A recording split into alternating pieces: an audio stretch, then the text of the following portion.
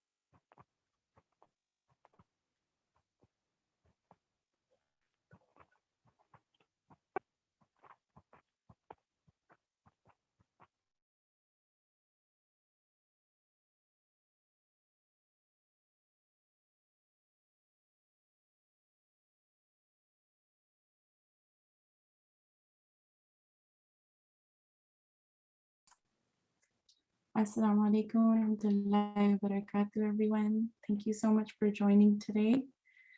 I think I can get started now. So Bismillah ar-Rahman ar-Rahim. Today the topic that I'm talking about is nutrition and Ramadan.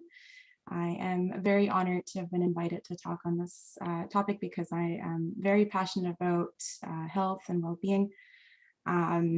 And so it's my pleasure to be speaking today. I just want to check, first of all, that you can hear me. Can someone just share in the chat?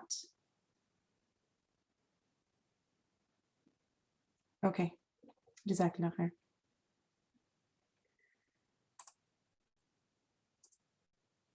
So this is a brief outline of what I plan to cover today, inshallah.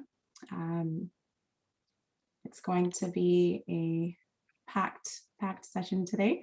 And so we are going to spend about, I think, close to 45 minutes going over these topics today, inshallah. And then we will leave some time for questions and answers at the end.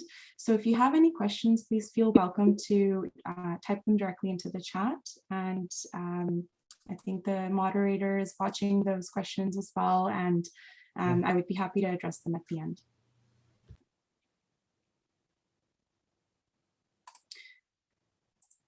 So some quick introduction and disclaimers about myself before I begin. I want to be fair that, you know, I am not a registered dietitian, although I have studied in that program for 1 year. So that was half of the academic portion. And then the dietetic students typically go on 1 year of a practicum as well. So I actually decided to change my professions in the middle of that program, and I am currently pursuing pharmacy. But of course, nutrition is part and parcel of any healthcare profession, and I'm very excited about finding ways to integrate it into the work that I do ahead, inshallah. So I'm currently a second-year student, and just want to give a disclaimer that the presentation that I'm sharing today, that this is not meant to be medical advice, you know. So, you know, if you hear something today that makes you think that you want to make any drastic changes to your eating habits, then I would recommend against that. I would say, please do consult with your doctor or registered dietitian first, because then they can look at your unique situation and give you individualized advice that is going to be best for you. So enjoy the presentation today for educational purposes. And if you have any medical conditions, if you are on any medications, or, you know, like I said, if you're considering any significant changes to your diet, please be sure to consult your doctor, your pharmacist, or a dietitian before you take on any advice. Also a note that in BC, I think a lot of people aren't aware of this, but you can always call 811 to speak with a registered dietitian for free. So this is a great service that we have, alhamdulillah. Sometimes they are quite busy, and so what they do is they ask you to leave your name and number, and then they can call you back, you know, within 1 to 2 business days. And you know, I've personally used the service myself, and they're happy to spend, you know, even close to an hour just talking to you and recognizing what challenges you're having and giving you really great advice that can help you. And also, if you are taking any medications currently, be sure to call your local pharmacy as well. And again, you can consult a pharmacist for free about the safe use of your medications during Ramadan, if there are any changes that you need to make or anything you need to be aware of, especially if it's a new medication that you just started. Okay, so let's begin. I think we can all agree health is quite important, and in Islam especially, it actually has a huge value as well. You know, our bodies are an amana from Allah subhanahu wa ta'ala, and so that means it's a trust. We are responsible for taking care of our bodies in the best way possible. And there are many ahadith and ayat in the Quran that show this, right? So the one that I think is quite powerful in the ahadith is this one, that a strong believer is better and is more lovable to Allah than a weak believer. And there's good in everyone. But the reason why a strong believer is better and more lovable is because they're going to have energy to do all of the acts of ibadah that Allah subhanahu wa ta'ala wants to see from us, right? When we perform salat, in order to go into sujood properly, in order to go into ruku properly, you need to have properly functioning muscles and joints that don't give you too much pain, right? So keeping your body moving, including strength exercises on a regular basis is important for all of us, because as we age, all of us are going to experience issues. So it's good to keep moving as much as possible. And then same with fasting, you know, we learn to refrain from food and water as well as any useless activities, right? Like speech and using our limbs for something that may not be the most important thing in Ramadan. And also getting rid of useless thoughts that are in our hearts and minds, and trying to focus all of our attention on Allah subhanahu wa ta'ala. So fasting, not only trains us spiritually, but it also trains our bodies as well to become comfortable with hunger and to learn to control our cravings. And internally, there's a lot of benefit that's going on too. It helps us stabilize our digestion, our metabolism, and our hormones. And all of that, helps to reduce inflammation in the body, and in the long term, inshallah, prevents things like cancer and other chronic conditions as well. And just a reminder, that Hajj is a mentally, spiritually, and physically challenging act of ibadah. So of course, taking care of our health is important so that we can perform Hajj with the most energy possible. So just a reminder that I wanted to share on some of these points here. So let's start talking about how to prepare our body for Ramadan. So we have close to 15 days of Shaban left right now. I think we're at 17 days today. So I thought I would leave you with a few good pointers to start thinking about how your body needs to be getting ready. So first of all, as we all know, it is the sunnah of the Prophet ﷺ that we fast Mondays and Thursdays. So, we have about 2 weeks left. Let's make the most of that. You can fast as many days as you like, of course, because this is a blessed month too. But especially Mondays and Thursdays can kind of help us get back into the rhythm of fasting. And then you can recognize maybe some habits that you need to work on, and you can plan ahead for them. And this healthy plate model is amazing. You can search the Canada Food Guide and find this healthy plate model, and they go into a lot of detail in terms of how to follow this. But if there's anything that you will keep seeing today, it's probably this model. A lot of the advice that I'm giving today is based on this. And the idea is that half of your plate here is your fruits and vegetables, and a quarter is going to be your proteins. So that's your meats, some dairy as well, egg, beans, lentils, legumes are also very rich in protein. So those are all, a quarter of your plate. And then the last quarter here is going to be your whole grain foods and starches.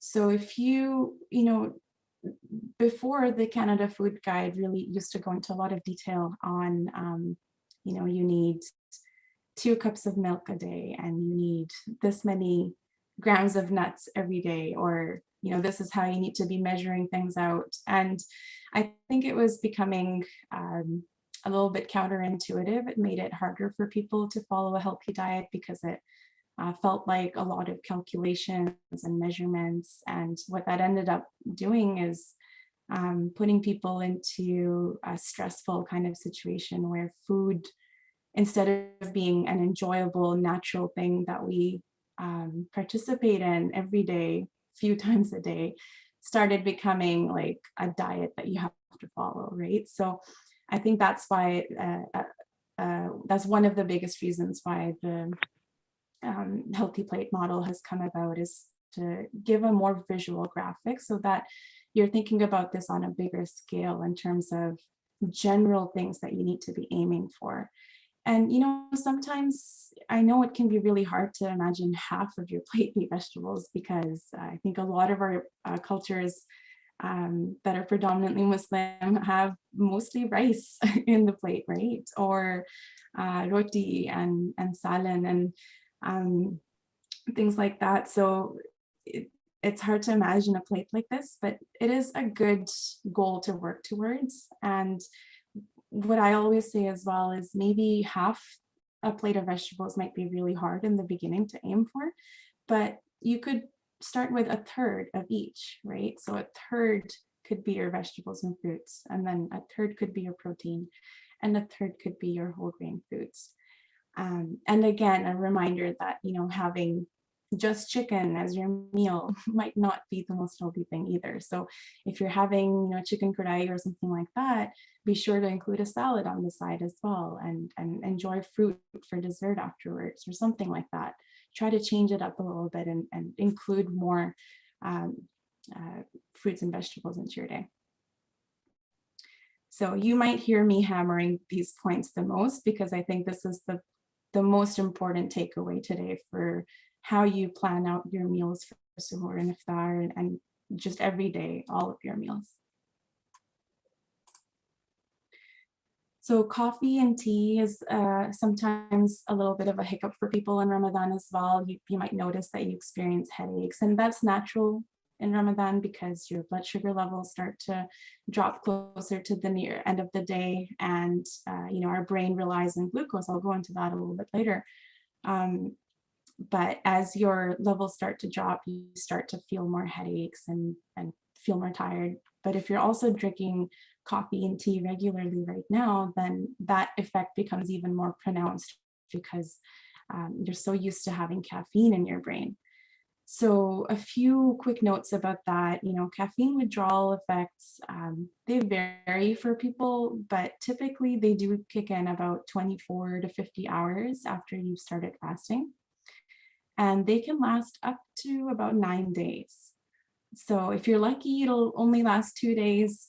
But for some people, if you're drinking a lot of coffee right now, it's just, the thing that drives you and helps you get everything done right now, then it might take a few more days for you to get over. So I think something that you can definitely start doing right now is start cutting back on those cups of coffee if you're having a lot, right? So if you're having 2 cups, go down to 1 or 1.5 if it's really hard, but just start kind of slowly sliding back on it.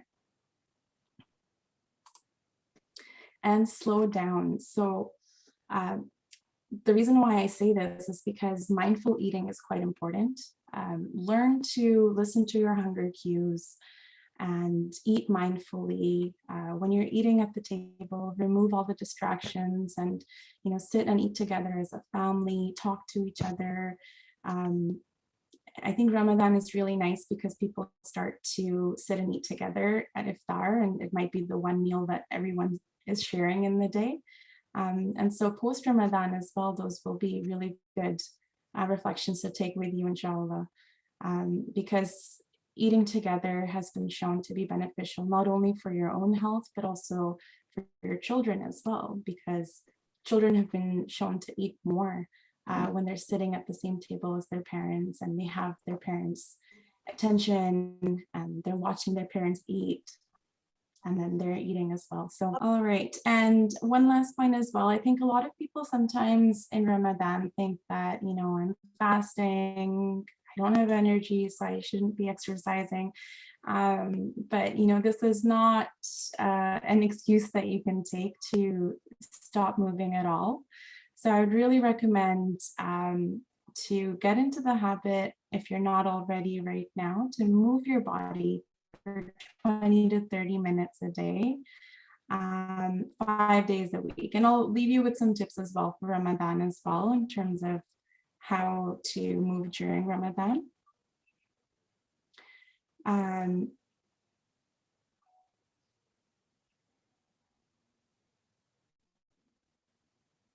Sorry, I thought my connection was unstable. So make sure that you are moving 5 days a week. And, it can be anything that you enjoy. It doesn't have to be running if you hate running. It doesn't have to be weightlifting if you hate weightlifting, but something that allows your heart rate to go up, and then also including some kind of strength training as well. So that can be as simple as just your body weight, right? Like push-ups and crunches and things like that can be really nice. So let's talk a little bit about what happens to our body when we're fasting. So this year, inshallah, we're probably looking at about 15 hours of fasting in the beginning of Ramadan, and it will go up to about 18 hours near the end of the month. So, when you have suhoor, I think that's why it's so important to make sure you don't skip suhoor, because look at what happens to your body during the course of the day. About 90 minutes after your meal, that's when you're going to get the peak in your blood glucose levels. And likewise, your pancreas actually releases insulin to take care of this glucose and put it into your cells and help your cells get energy. And then because insulin has been released, your blood glucose levels start to drop. And so as they drop, that's around 4 hours post meal, they will have dropped to close to the bottom of how much is expected. And so now your liver will start releasing stored glucose. It's called glycogen, and now it's converting it and helping it go into the blood because that's needed for your brain to function. So for the next few hours, up until 10 to 12 hours, your body's going to be running on the glucose that is released from your liver. And also around this time, your food will be completely digested. So that's when your digestive system actually goes to sleep in a sense, and it starts doing some repair activities, and your liver glucose stores also start dropping. So this is quite a pivotal moment during your fast. And then 18 hours post-meal, this is when your fat stores start being used for energy and your blood ketone levels peak. So this is actually why some people do the keto diet, is because they believe that having low carb intake will allow your blood ketones to peak, and then your body will be using fat for energy instead of blood sugar. And so the idea is that it will help you lose weight in the long run. But there is some controversy with that. And just a note that if you are considering to go on a keto diet at any point, please do make sure that you talk to your doctor or a dietitian about it, because it's supposed to be closely supervised. And there are a lot of things that you need to be careful about, and you need to be very strict in terms of how you're eating. So it's important that you do it under the guidance of a medical professional. And a really good figure that I also found, it's might be a little bit hard to read here, but it shows some of these levels changing, like I described here. Your blood glucose level starts to drop, and then your liver releases this glycogen that turns into glucose. And then as that starts to drop around the 16, 18 hour mark, that's when you see this gluconeogenesis. So that's your ketones that are being released in the blood, and your fat stores are being used.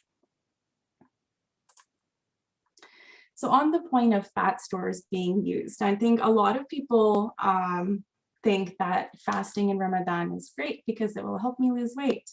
And I think some people might be chuckling because that might have been kind of at the back of their minds this Ramadan as well. Like, oh, gained so much weight over the pandemic, maybe Ramadan will help me get that back into control. So I decided to find a study that would help demonstrate how pursuing weight loss in Ramadan really works out. So this was a really great study that came out just 2019 actually. And they are basically looking at all of the different studies that have been done. So that's a systematic review. And then they did a meta-analysis. That means they looked at every single study, took out all the numbers, and then they put them all together to look at the collective kind of results. Like, how do all of these studies compare to each other, and are they all agreeing to one another? Like, it's not just isolated places that saw certain results. They all agree that there's benefit or harm in fasting in Ramadan. So they looked at healthy non-athlete adults, so people like you and me, we're not all athletes, and they compared fasting in Ramadan to measurements that were taken before Ramadan. And what they found was that after Ramadan was over, there was significantly lower fat mass in people, and also some muscle mass loss as well. But the fat loss was a lot more. But then, get this, 2 to 5 weeks after Ramadan, everyone returned to their pre-Ramadan measurements. So all the studies that have been done are showing that, even if you do lose weight over Ramadan, it's not something that is sustainable for our bodies to be fasting 30 days a month. And of course, Islamically, that's also not something that we are necessarily told to do. It's good to balance, and that's why the Sunnah fasting Mondays and Thursdays is there, right? So don't use Ramadan as a weight loss strategy. And remember that our first and foremost intention in Ramadan is to be fasting for the sake of Allah subhanahu wa ta'ala, not to lose weight. So I just wanted to put that point out there as well. So again, some general healthy eating tips in Ramadan. Like I said, the healthy eating plate model will come up again. So just reminding everyone about that. But also some points that, don't overeat in Ramadan, but also don't eat too little. Like I said before, in an earlier slide, your body starts to use these fat stores over here. But if you haven't really been eating very much in Suhoor, you might even get to a point around this time where your body needs to start breaking down muscle and release proteins and use that for energy. And that's not something that you want because we start to lose muscle mass as we age anyway. And if you're doing that to yourself on purpose, that's really not ideal. And remember to hydrate well. I think we're all very good about this in Ramadan, but sometimes you can experience things like constipation and lightheadedness and headaches. And a lot of those things have to do with just making sure that you get enough water in a day. So I have a really neat formula here that can be used. You basically take your weight in pounds, you multiply by 2/3, so 66%, and that gives you your water in ounces. So if 8 ounces is 1 cup of water, that will tell you how many cups of water you should be drinking in one day for your weight. So this is a really great way of getting the water that you need that's individualized to you. So notice how for a 180 pounds person, you will need about 120 ounces a day, which is close to 15 cups. So this is why some of those common myths out there about just drink 8 glasses a day is not necessarily true for every single person. It's good to do this calculation for yourself and see how much you need. And then make sure that you're drinking lots of water at Iftar and then between Iftar and Suhoor and at Suhoor. And sometimes it helps to just drink 2 cups every hour, just to remember. So here are some things to remember when you are designing your Suhoor. Make sure that you have complex carbohydrates in your meals. So these are things that are fiber rich, and because of that, they give you sustainable energy. And the reason why that's so important is because when you have fiber and carbs become sugar in our blood, the fiber actually slows down the release of that sugar in your blood. So that's why it's such good sustainable energy. And it will help you not get sluggish and feel that energy crash too soon after the meal. So some examples of this would be multigrain breads, all bran cereal, lentils, oats, barley, bulgur, beans, rice, pasta. All of our carbs are great. For pasta, there are actually some really great brands out there that have added fiber to the pasta. So that could be something to look into if you really like eating pasta. For protein, there is some evidence that eating slow digesting protein at Suhoor could be helpful because it takes longer to get absorbed in your body. And so that's why it will get released into your blood more slowly and will give you relatively more long-lasting energy. And protein also actually helps slow down the release of sugar from your carbs. So that's why, pairing a protein and a carb in your meals is so good. For instance, you may have noticed this as well if you have just cereal in the morning versus eggs, then you end up having more sustainable energy when you have eggs, right? So it's just really interesting because proteins slow down the release of that energy. But what I've realized is that you don't necessarily need to be looking out for slow digesting proteins. I think all proteins are helpful, and they will all work the same way in your body. So cheese, Greek yogurt, milk are really great because dairy sources are so wonderful at Suhoor time, but also eggs, chicken, you can even have seafood, you can have beef, whatever you like, including some kind of protein will be good. And remember to include hydration as well. So your fruits and vegetables and drinking lots of water. So I have included a few examples of suhoor as well. So for in the morning, you could put together some oats or barley as well. Barley has been shown to be, like in the hadith, you see the Prophet Muhammad al-Salaam eating barley quite a lot. So it could be a nice way of incorporating sunnah into your day. And then you can combine that with some Greek yogurt. So that gives you some protein. And chopped dates will give you some sunnah there. Chopped nuts will give you healthy fats and protein. Fruits for hydration, and then a little bit of honey for the sunnah as well. And another idea could be maybe having whole grain chapati or some brown rice and pairing that with some scrambled eggs, some steamed vegetables for that hydration, and then enjoying some fruit as well, just for that hydration again. You can also make really yummy smoothies as well for suhoor. I think this can be a really good solution if you have to go to work in the morning. I think most of us are working from home still, but even if that's the case, we do need to wake up by a certain time in order to start the day. And if you've been up late for Tarawih, sometimes people try to skip suhoor or eat something really light. So a smoothie can be a good solution there. So these are some tips for how to build a good smoothie. I think a banana base is really good because it makes it creamy and adds a little bit of sweetness to your smoothie as well. And stock up your freezer with some frozen fruits. It can be anything that you like. Some really good ones that go in smoothies are mangoes, berries, pineapple. Avocado, you'd be surprised, but it's actually a great addition to your smoothie because it gives you so many healthy unsaturated fats as well. And that gives you some long-lasting energy as well. You can add vegetables like spinach or kale. And if you don't really like those strings that come into your smoothie, you can remove the stalks, no problem. You can add some chopped dates, honey, maple syrup. That adds a little bit of sweetness to your smoothie. And then these are great ideas like oats, hemp hearts, chia seeds, flax seeds.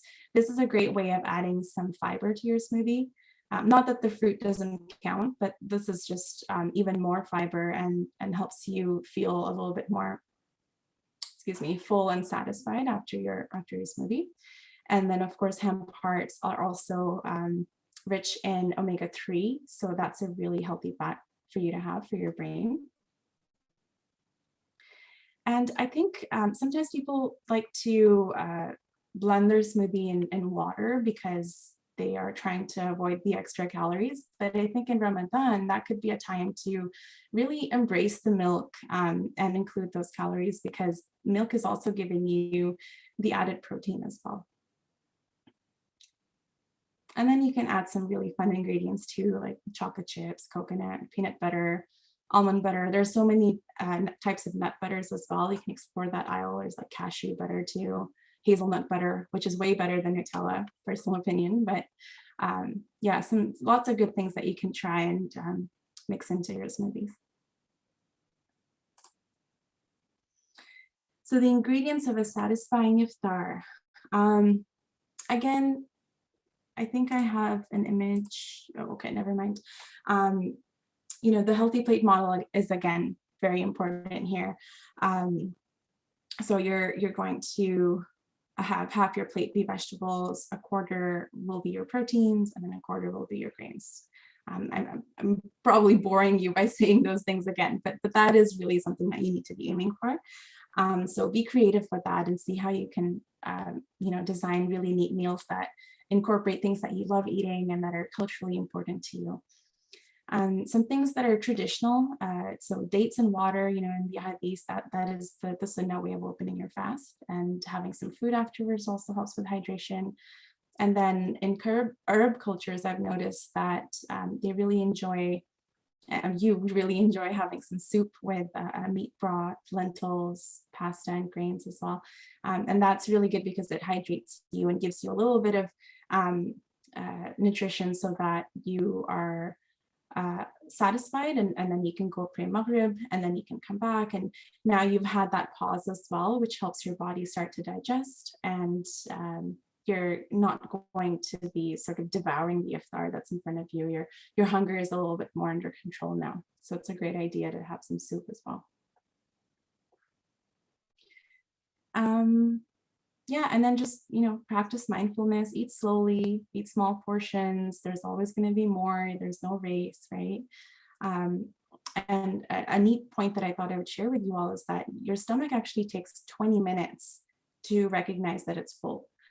Right? It's very slow. So you could be scarfing down that meal and not recognize until half an hour later that you're actually really, really full and you ate too much. So that's why eating slowly is so important, because then your stomach and your brain can be in tune, and your brain can listen in on whether you're actually still hungry or not.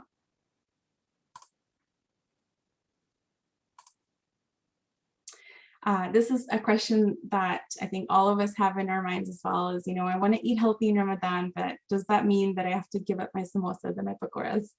And the answer is no, you don't have to give them up. It's completely okay. Your cultural satisfaction is just as important as getting all those nutrients and being well fueled. So what I like to advise people is that you start with those nourishing, non-fried foods. So, if you have a typical iftar setting like this, then have some soup, have some fruit, some yogurt. And Pakistani culture, we like to make chaat with chickpeas. So that could be really great as well, because there's protein and healthy fats in the chickpeas, and fiber, lots of fiber there too, which is really good.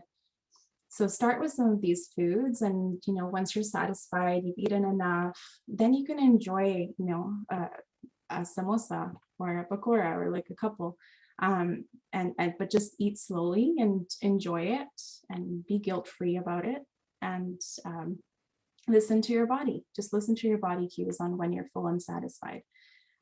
I think sometimes we do more harm to ourselves when we create food rules and try to restrict everything, because then you crave them even more and you end up binging on them. So we don't want the binging. We want nice, consistent, balanced kind of eating.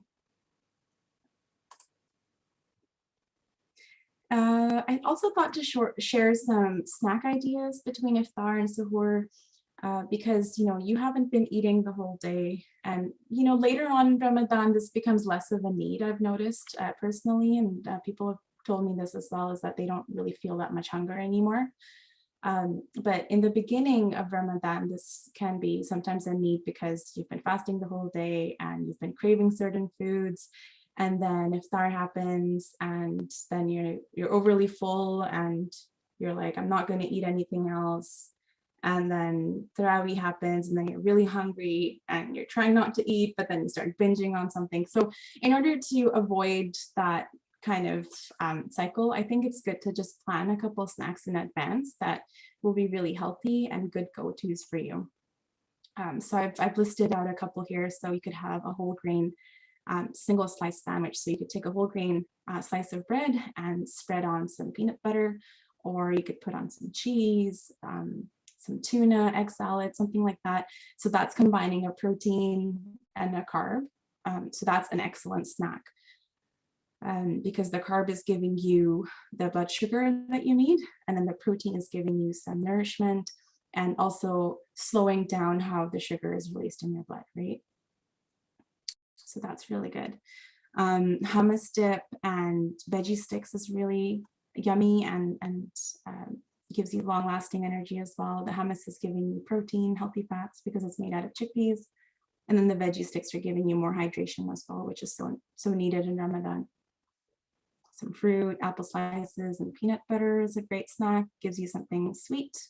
And then the peanut butter is giving you some healthy fats and protein as well. So it's really satisfying, and it'll help you curb a lot of other cravings.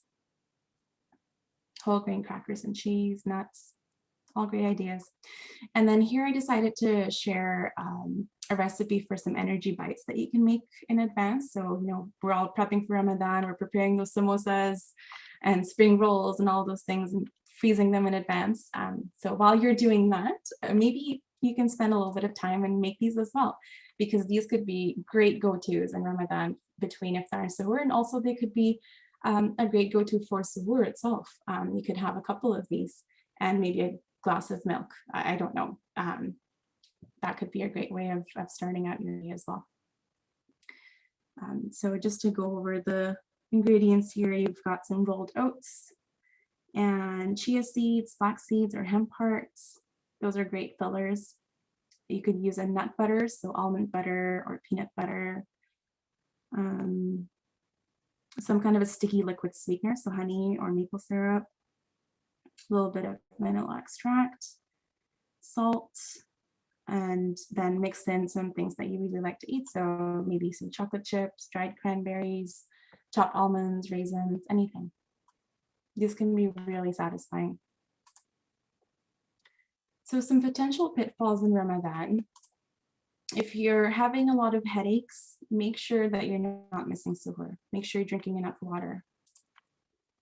If you feel really full after iftar, like you had too much or you ate too many samosas, then toss out the guilt that's there and just you renew your intentions. Drink some hot tea. Mint has been found to be quite helpful. And then that can help you reset your body.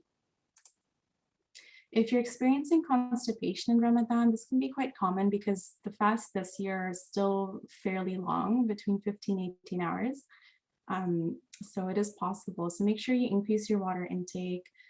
Prunes are a great evidence-based way of beating constipation. So you can either have dried prunes and add them into your suhoor in the morning, or you can enjoy half a glass of prune juice if that's something that you like. And they really help fight constipation very effectively. And the other thing to remember is that not all fiber is equal. I know sometimes you're told that if you have constipation, just eat more fiber-rich foods.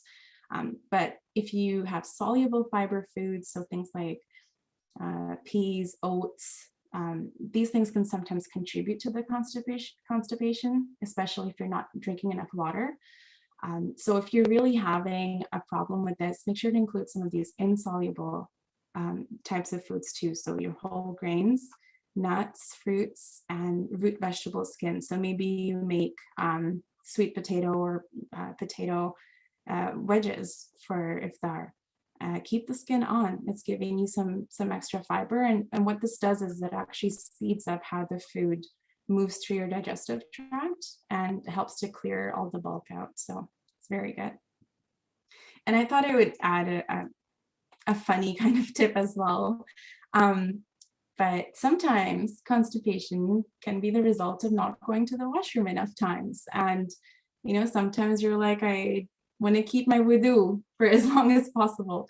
But, remember the blessings and making wudu constantly. And so it's okay. Go to the washroom when you need to go and just make wudu again. It will give you even more ajr, inshallah.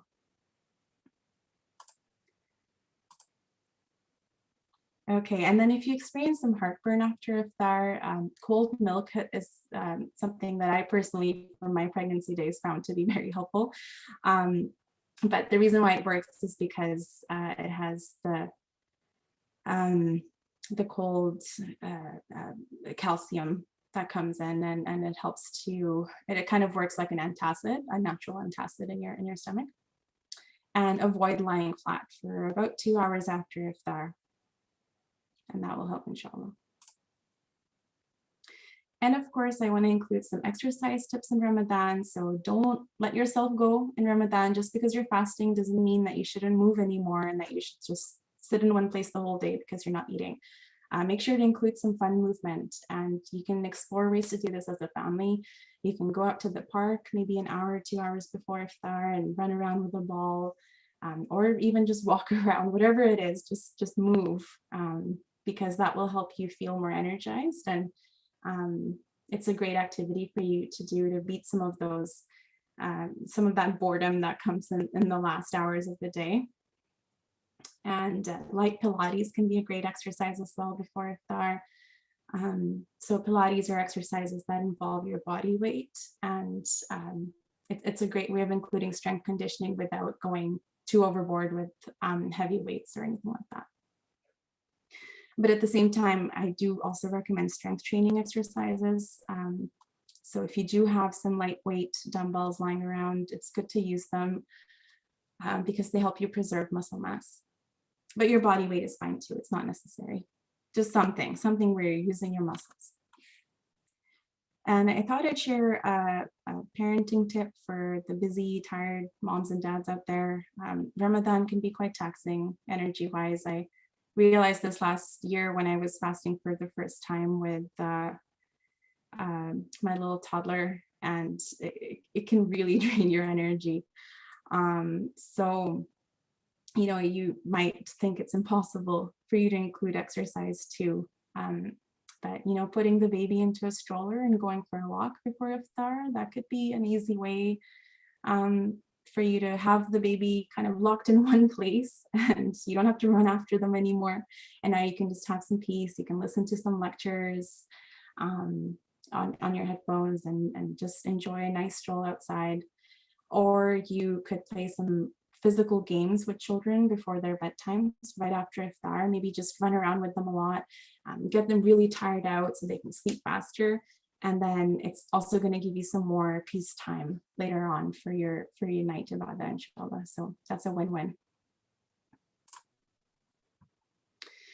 And then because I'm a pharmacy student, I thought I would also include some tips for anyone who has type 2 diabetes and is fasting. I think tomorrow, inshallah, there is a doctor coming on to talk about this as well. So I won't go into too much detail with this. But just a reminder that if you have type 2 diabetes and you're thinking to fast, make sure that you discuss that with your doctor. It is a personal decision. But this is a good reminder from the Quran that, you know, do not let your own hands throw you into destruction. Meaning that you shouldn't be harming yourself either, right? Like Allah subhanahu wa ta'ala has exempted people from fasting if they have health conditions. And so that rahmah is there for your own benefit, and it's not necessary for you to kill yourself in order to fast when Allah subhanahu wa ta'ala has given you that exemption. But, you know, at the end of the day, it is a personal decision. Just make sure to weigh the benefits and risks for yourself. But I will say, if you currently have complications of diabetes, so things like having poor vision, if you have heart disease, if you have kidney disease, then you should seriously consider not fasting, because fasting could make these things worse. Additionally, if you are on any of these medications, so insulin, glyburide, glycoside, glimepiride, and repaglinide, these can actually increase your risk of hypoglycemia. So your levels dropping below, your blood sugar levels dropping below 4 millimoles per liter. So because in even normal days, they can increase your risk of hypoglycemia, fasting can actually increase that risk even more so. So either explore with your pharmacist if it's possible for you to change some of these medications so you're taking something that doesn't have that risk, or consider just avoiding these meds. Sorry, don't avoid these meds, but avoid fasting if you're on these meds. You do need these meds. Don't start skipping those doses. And then just a reminder about signs of hypoglycemia. So if you are feeling shaky, dizzy, sweating, you have a really fast heartbeat, feeling confusion, then you should be breaking your fast, and you need to take 15 grams of glucose right away. So that could be 1 glucose tablet, that could be 3/4 cup of juice, or even pop. It doesn't matter, just you need to get some sugar in you right away. Or it could be 3 packets of sugar mixed into water, a tablespoon of honey, or 6 lifesavers. So those are these candies over here. And then you wait 15 minutes, see how you're feeling, and measure your blood glucose again. And if you find that it's still below 4, then you need to give yourself another dose of 15 grams. And if it's not coming up above 4, then that's your sign to call 911. And I'm sure you all know this. If you're living with diabetes, you already know this. You don't need me reminding you, but thought I would just put that reminder out there in case it's beneficial, inshallah. For those who are fasting while pregnant or breastfeeding, again, it's important to weigh the risks and benefits. If you have been diagnosed with gestational diabetes, so you develop diabetes right now while you're pregnant, it's probably best that you don't fast, because fasting will, like I described here, will put you at risk of hypoglycemia. So feeling all these things, the shakiness, the dizziness. And the reason why that's so bad is because your body needs glucose to function. And if your blood sugar levels are so low, it can be fatal. I don't want to understate the seriousness. You really do need to be careful with that. And at the same time, fasting does not make your baby more likely to be born premature. It also, in studies, has not been shown to affect birth weight. You may have less energy overall. And actually fasting in the second trimester has been shown to be beneficial because it may reduce the risk of developing gestational diabetes. So there are some benefits as well. So that's something that you need to think about. But ultimately, if you are worried at all for your own health or for your baby's health, then remember again that you are exempt from fasting due to Allah's rahmah, right? If you decide to fast, then it's even more important for you to follow that healthy plate model so that you're getting all of that energizing food into your body, the whole grain carbs, the protein, the healthy fats, and all those vegetables and fruits. Like you really, really, really need those if you are fasting while pregnant or breastfeeding, because you're eating for 2 people. Even when you're breastfeeding, you're still eating for 2 people. So it's even more important for you to eat properly during Ramadan. Never ever skip suhoor. Make sure you drink lots of water and you're keeping those energizing snacks between iftar and suhoor. And I would also recommend keeping a food diary. So you're keeping track of everything that you're eating daily, and notice how you're feeling after eating that. If at any point you feel really, really, really weak or dizzy, anything like that, then I think it would be wise to consider if you need to break your fast. And remember Allah's mercy. May Allah forgive us. Okay, so I think that's about it for my presentation. Jazakumullah khair, everyone, for paying attention. I will take questions now. And I thought I would just leave my Instagram handle if you ever want to get in touch with more questions in the future, inshallah. If you want to email me, my email is there as well. And yeah, Jazakumullah khair for listening in.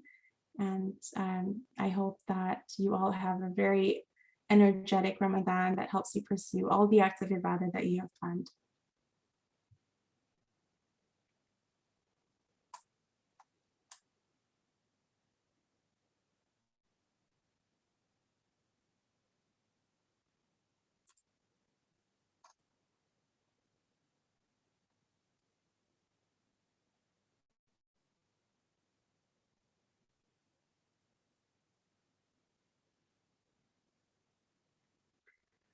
Yeah, so great question in the chat. Aside from oatmeal, what other suhoor options are there for someone who can't have gluten, dairy, or eggs?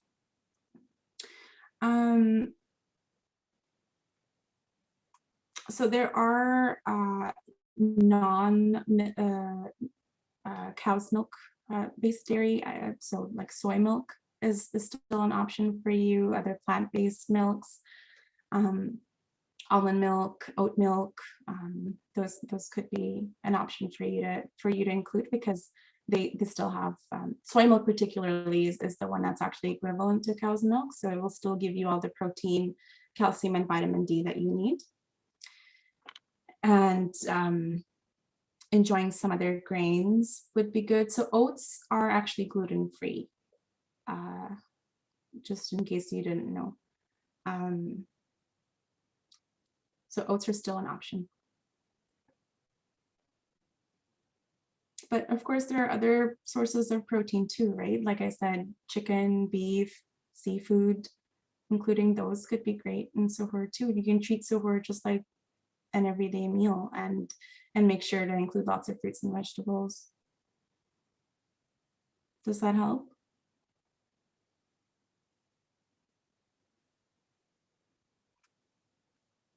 Walaikum assalam. So I have a question in the chat. My wife has iron deficiency and low NCH. Is there something that she should try during Ramadan that might help her? She also has magnesium deficiency.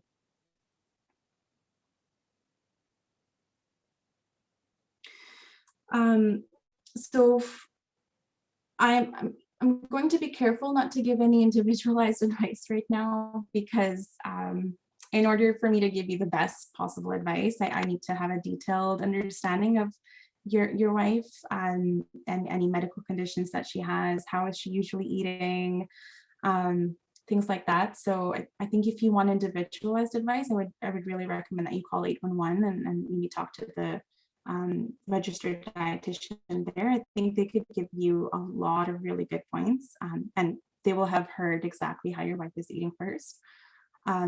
But generally speaking, I think, of course, if your wife has iron deficiency, make sure that she continues taking her iron supplements daily. And if she has magnesium deficiency, don't skip out on those magnesium supplements, right? But other than that, I would recommend calling 811 for the individualized advice, okay? Oh, great, Naveen, that's great. I'm glad that was helpful. Any other questions?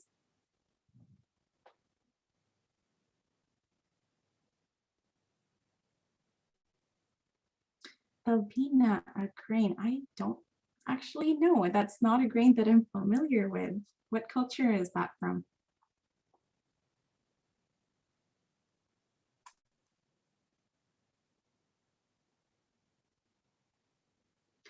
I see a follow-up regarding the iron pills for someone's wife and that these aren't really helping a lot.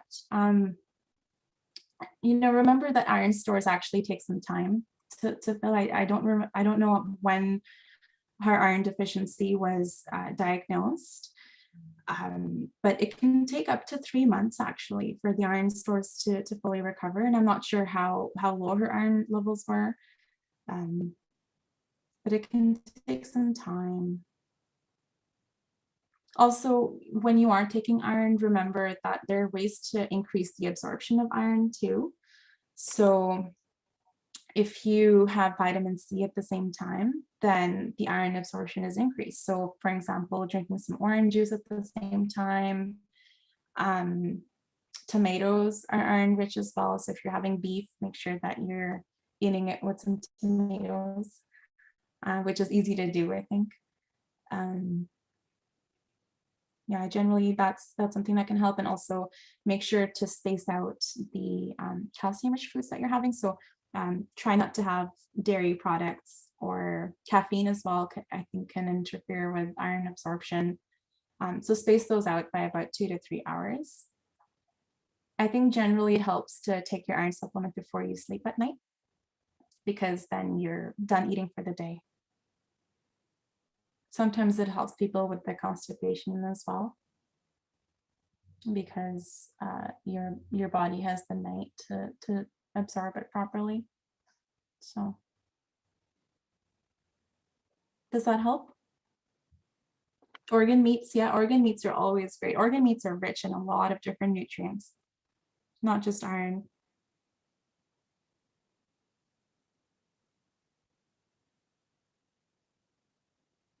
Great, welcome. Oh, okay, so talmidna is ground barley. I didn't know that. I learned something today. Thank you. Yes, that is definitely a whole grain. If it's barley, I highly recommend it.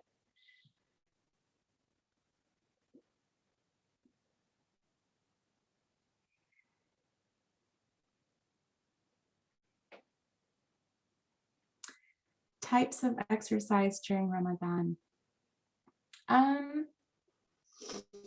Yeah, so I think some things that I can add. like I said, Ramadan is not the time for you to be trying to lose weight. And it's also not the time for you to pursue bodybuilding. So keep a balanced approach and make sure that you're including some kind of movement. It really doesn't have to be a lot. It could just be a brisk walk before iftar. It could be some Pilates. Other kinds of stretching exercises can be helpful as well. If you have light weights at home, then following some kind of a workout video could be great, especially once you've had your iftar and you're waiting for Tarawih time. That could be a nice window for you to fit in a more vigorous workout. But again, don't make it too intense because you don't want to increase the energy demands on your body. Fasting alone is something that demands a lot out of us energetically. So this is not the time for you to be bodybuilding. Just keep it light.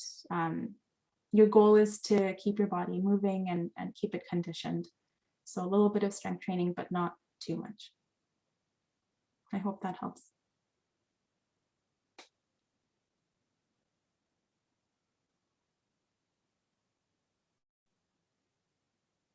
These are great questions, mashallah. I was a little bit worried that no one would ask anything, but these are really good.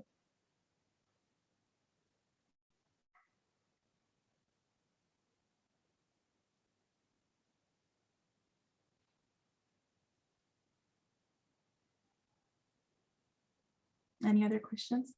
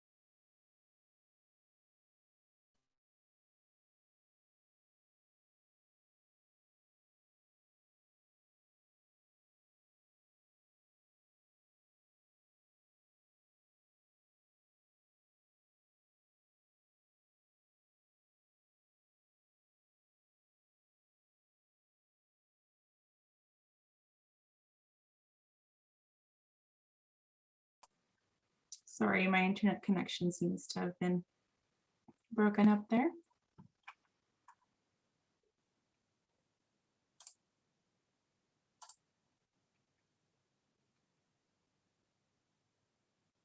Do we have any other questions? Okay. No more questions from Facebook.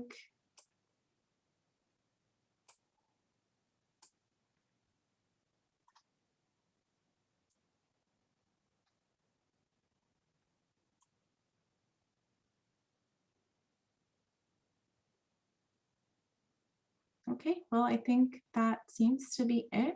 Jazakumullah khair, everyone. Thank you so much for attending today and for your great questions as well. I hope that you all have a very blessed Ramadan, inshallah.